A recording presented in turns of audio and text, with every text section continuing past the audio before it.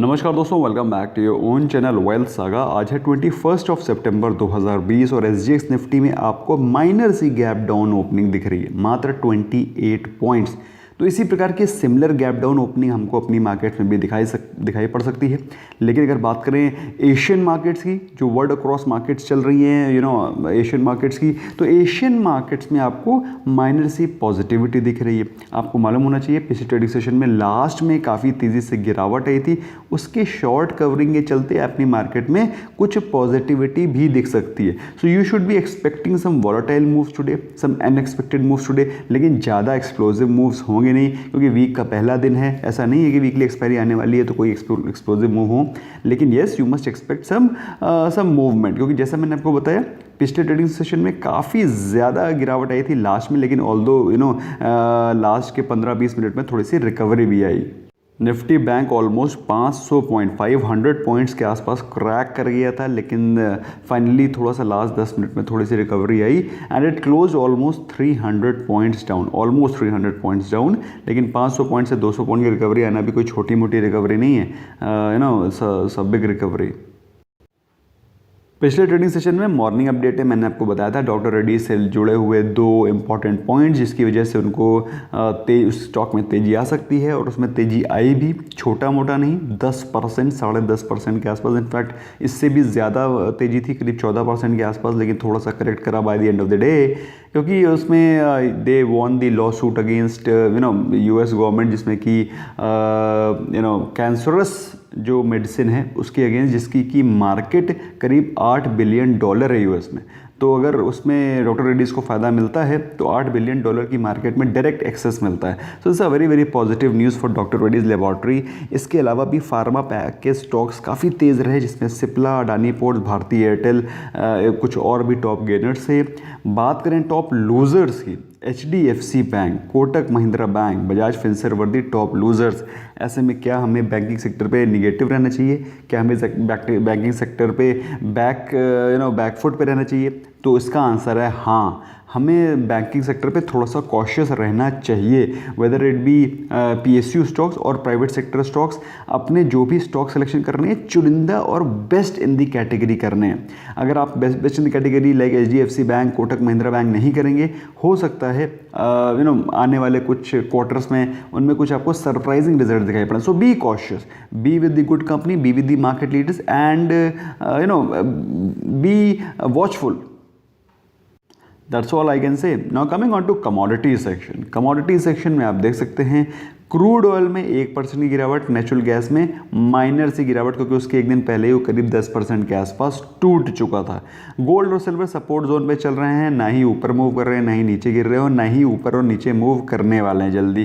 Gold का जो support है वो है 50,000 के आसपास, और उसके नीचे जाना अभी हाल फिलहाल में थोड़ा सा मुश्किल है। बात करें सिल्वर की, तो सिल्वर का जो सपोर्ट जोन है वो है 65 के आसपास, और 65 के आसपास आपको वहाँ पर वैल्यू बाइंग इमर्ज होकर के आती है। तो गोल्ड 50, सिल्वर 65 के आसपास आपको वैल्यू बाइंग नज़र आती है। ऐसे में फ्रेश बाइंग की राय गोल्ड और सिल्वर में तो मैं नहीं दूंगा, but yes if you are in holding, if you are in position, remain invested. बात करें करेंसी पेयर की, तो बिल्कुल मज़ा नहीं आ रहा है। करेंसी पेयर की ट्रेडिंग में बिल्कुल भी मज़ा नहीं आ रहा है। $, 73 के आसपास अटका हुआ है, ना ही ऊपर जा रहा है, ना ही नीचे जा रहा है, it is just hanging there only. Euro में आप देख सकते हैं माइनर सी पॉजिटिविटी दिखाई पड़ी यूरो पे as against Indian rupee, but overall मामला काफ़ी ठंडा है, ज़्यादा कोई खास मूवमेंट नहीं हो रहा है। और INR Japanese yen almost nothing. तो इस प्रकार का करेंसी ट्रेड में ज़्यादा कोई अपमूव हो नहीं रहा है, क्योंकि डॉलर का 73 पे सपोर्ट है, उसके नीचे जाने के चांसेस कम हैं, और उसके ऊपर कुछ इतना एक्साइटिंग यूएस में हो नहीं रहा है कि डॉलर स्ट्रांग हो एज ऑन डेट। अब भाई हफ्ते भर बाद कुछ भी हो सकता है, तो मेरा जो व्यू है वो छोटा रहता है। ये मैं आज से 5 साल बाद की बात नहीं कर रहा हूँ, 5 साल की बाद की भी बात करता हूँ, लेकिन 5 साल की बात मैं 5 साल के तरीके से करता हूँ। US डॉलर में अभी के समय 73 का जो सपोर्ट है उसके बारे में बात करेंगे। 5 साल बाद क्या व्यू होगा उसके बारे में अभी हम लोग बात नहीं करेंगे। बात करें निफ्टी के की सपोर्ट और रेजिस्टेंस लेवल्स की, तो जो पिवट चार्ट पे सपोर्ट और रेजिस्टेंस दिखाई पड़ रहे हैं उनके बारे में हम लोग बातचीत करेंगे। निफ्टी जो क्लोज हुआ वो क्लोज हुआ 11,505 पे, 11,500 के सपोर्ट पे। तो 11,500 के सपोर्ट से जो ऊपर के लेवल्स दिखाई पड़ रहे हैं 11,600 एंड 11,650, तो ये इंपॉर्टेंट रेजिस्टेंसेस हैं आज के दिन के। नीचे के सपोर्ट के बारे में बात करें 11,450 एंड 11,400।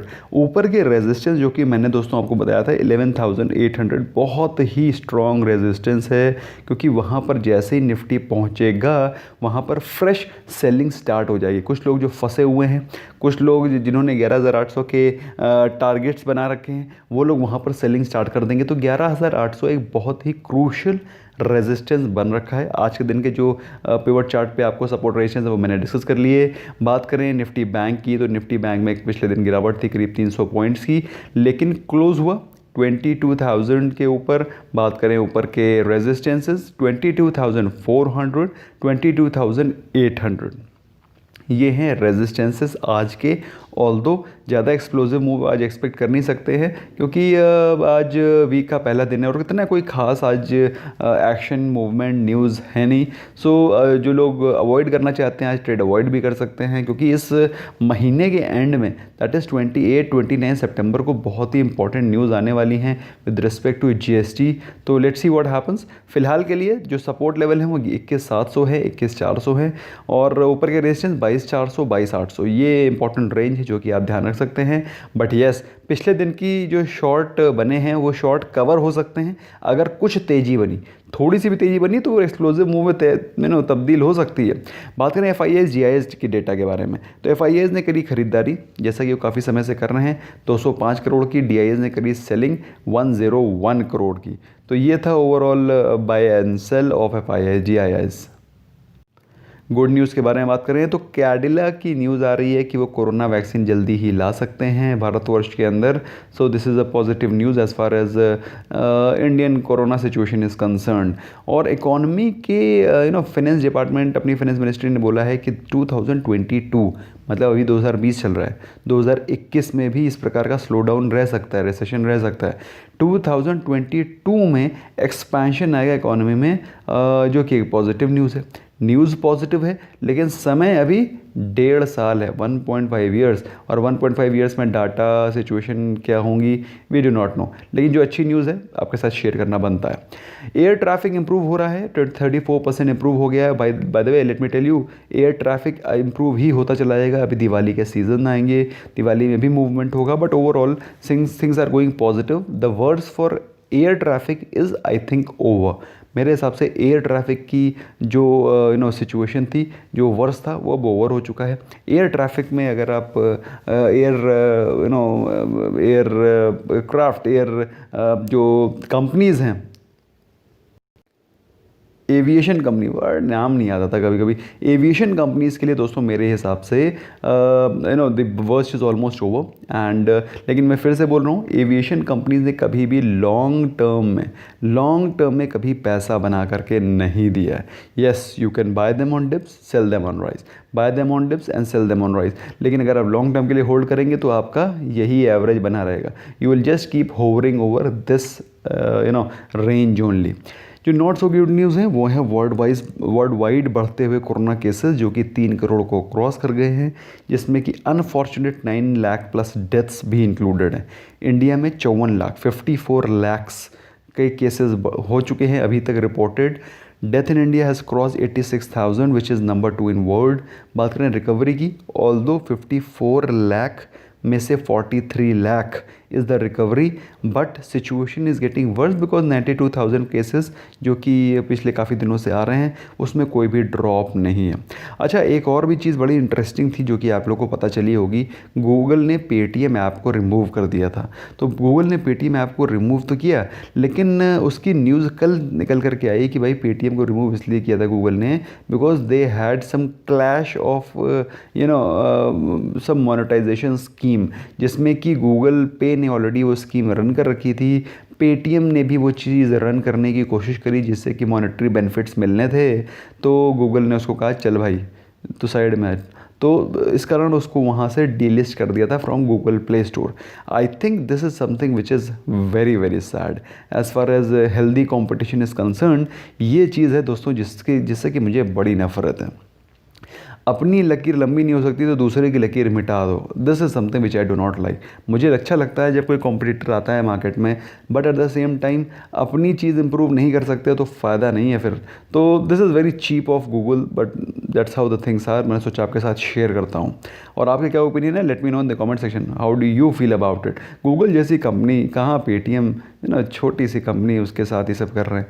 एनीवे, बात करें आज के मार्केट में क्या होना चाहिए। आज के मार्केट में जो होना चाहिए वो मैंने ऑलरेडी आपको बता दिया है। मेरे हिसाब से आपको आज के दिन थोड़ा सा साइडलाइंस में रहो, देखो मार्केट कैसे मूव कर रही है, क्योंकि मार्केट एग्जॉशन स्टेज पे है। जब तक 11,800 टूटता नहीं है, market will be range bound, it will consolidate. और कंसोलिडेशन अच्छा भी है, इट्स गुड। और मार्केट में जब भी करेक्शन आता है, अच्छे स्टॉक्स गिरावट मिलते हैं। जैसे बैंकिंग में स्टॉक्स में हो सकता है कि आज भी थोड़ा करेक्शन रहे। अगर करेक्शन रहता है, अच्छे स्टॉक्स को अच्छी वैल्यू पे ऐड करना है, गार्बेज नहीं उठाना, कचड़ा नहीं उठा करके अपने पोर्टफोलियो में डाल लेना है। ठीक है, that's all from my side friends. Thank you so much for giving your precious time. Bye bye for now.